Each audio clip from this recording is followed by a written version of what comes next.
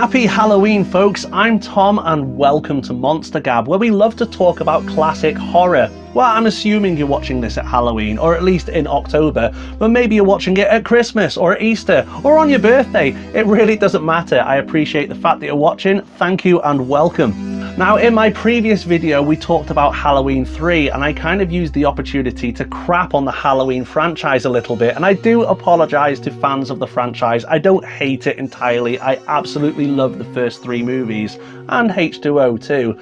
But let's be honest, guys, the franchise as a whole is a bit of a mess, and that's not me saying that the movies are bad or good, just the direction that they go in. I mean, anyone who's not familiar with the franchise might get a little bit confused. Come on, the fans out there, you've got to agree with me on that much, right? The entire saga as a whole, including the remakes, really does branch off into 4 directions. So let's just clean up the mess a little bit, and for those who are perhaps not familiar with the franchise can get to understand it a little bit more. Let's imagine the Halloween series as a road trip, shall we? And on the very first street, we approach, if you ask me, the original and best movie in the franchise, titled simply Halloween. Released in 1978, directed by John Carpenter. Perhaps not the first ever slasher movie released, but certainly one that started the trend that really took off during the 80s with the likes of Friday the 13th and Nightmare on Elm Street, etc. I'm sure most of us are familiar with the story, but let's have a recap. As a young boy, Michael Myers stabs his sister to death on the night of Halloween and is sent to a mental institution. Years later, an adult Michael escapes and returns to his hometown of Haddonfield to wreak havoc and kill anyone who stands in his path, including babysitter Laurie Strode, played by Jamie Lee Curtis. Donald Pleasence is in it too. He plays the role of Michael's doctor, Samuel Loomis. And all events take place once again on the night of Halloween, hence the movie's name. It is, in my opinion, a classic, a masterpiece, and simply genius, not to mention suspenseful. Oh, and the character of Michael Myers is absolutely one of my favourite horror icons in horror movie history. Back to the road trip. As we cruise on down the street, we reach Halloween 2, released in 1981, once again starring Jamie Lee Curtis. Donald Pleasence is in it too. It's a direct sequel to the first movie, with the events taking place on the very same Halloween night, continuing right after where the last film ended. A worthy entry if I do say so myself, but what do I know? Moving along, we come to a fork in the road that is Halloween 3, Season of the Witch, released in 1982, and has no links to the previous installments, as it's an independent movie. I pretty much covered this in my previous video where I reviewed it, in fact. We don't need to get into it again. Links are in the description below. Let's move on. In fact, let's say that fork in the road is actually a roundabout, and that Halloween 3 is actually located in the centre of it, and that Halloween 3 is also a really nice Mexican bistro. I don't know.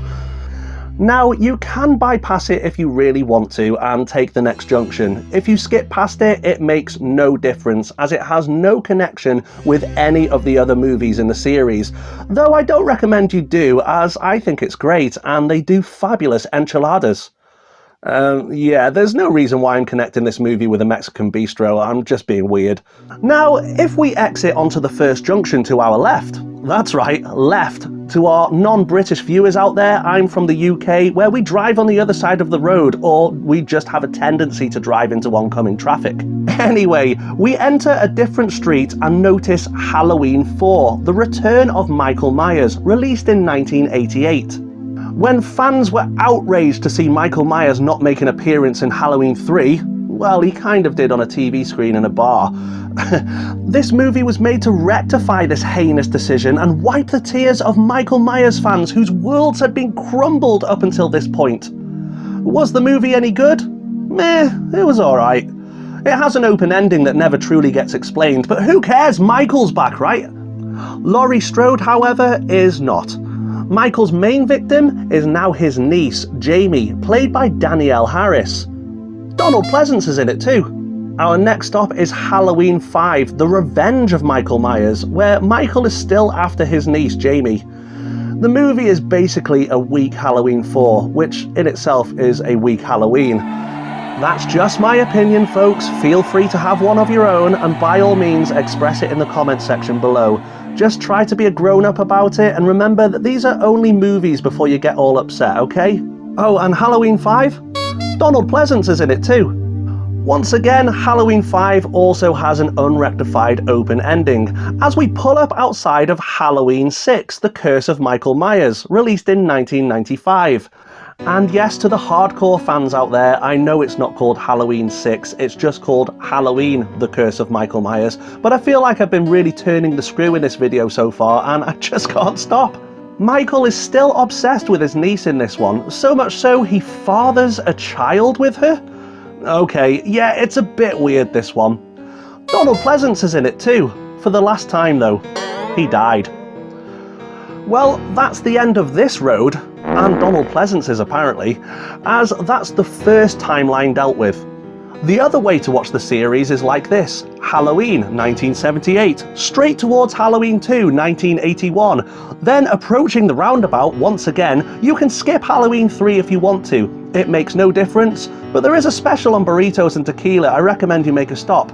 Then, this time, take your second exit onto Halloween H2O from 1997. This movie means that the events of Halloween 4, 5 and 6 never existed. Forget them, they're gone. This movie sees the return of Jamie Lee Curtis as her character Laurie Strode, and it's honestly not bad. As a matter of fact, if I had to take any path of sequels, it would be this one. I mean, I usually go for some nachos at the Halloween 3 Mexican Bistro and simply stop there, but if I had to carry on, this would be my chosen direction. H2O is the chemical symbol for water, and for those who aren't aware, Halloween H2O is a movie that's located thousands of fathoms below sea level.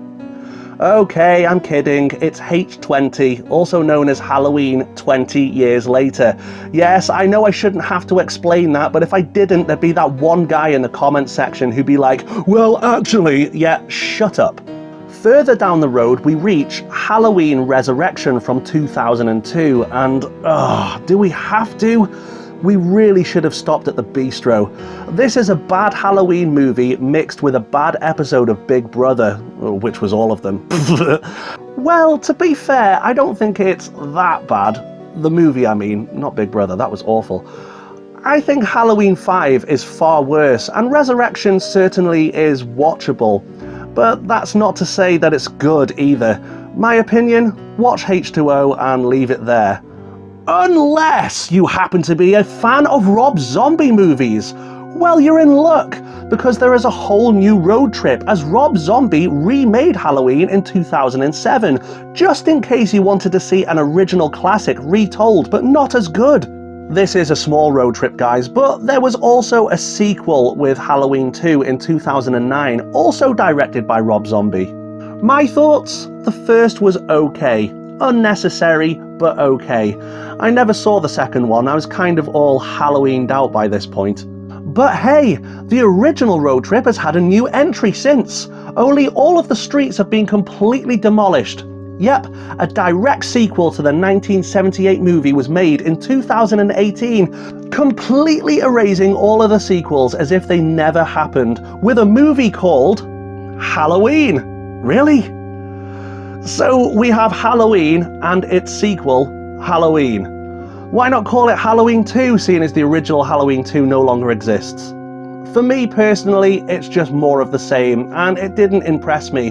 But as of the recording of this video, in 2021, Halloween Kills has just been released, and in 2022 we're expecting Halloween Ends. But will it end? I'm sure there'll be others, with titles like Halloween Begins, again, and Halloween Halloween. And I would assume the story is based around Michael Myers, who on the night of Halloween wears dark overalls, a white mask and wields a kitchen knife, then goes on a mass killing spree. Pretty much more of the same. Honestly guys, that bistro just opened an all-you-can-eat buffet and I know where I'm going. Now, in my experience, I've known Halloween fans to be quite tetchy, and I have kind of used this last couple of videos to crap on the franchise a little bit. So all I will say is, it's all done in jest and in good taste. I'm not trying to upset anyone, and if you love the franchise, then good for you. All the more power to you if sequels keep coming out, and I hope that you enjoy them. But I do hope that this video has helped to explain some of the mess to those who don't quite understand the franchise, and I hope you enjoyed it. If you did, please be sure to leave a like, leave a comment in the section below, and share this with your friends. Anyway guys, that's all we've got time for. Thanks for watching, and until next time.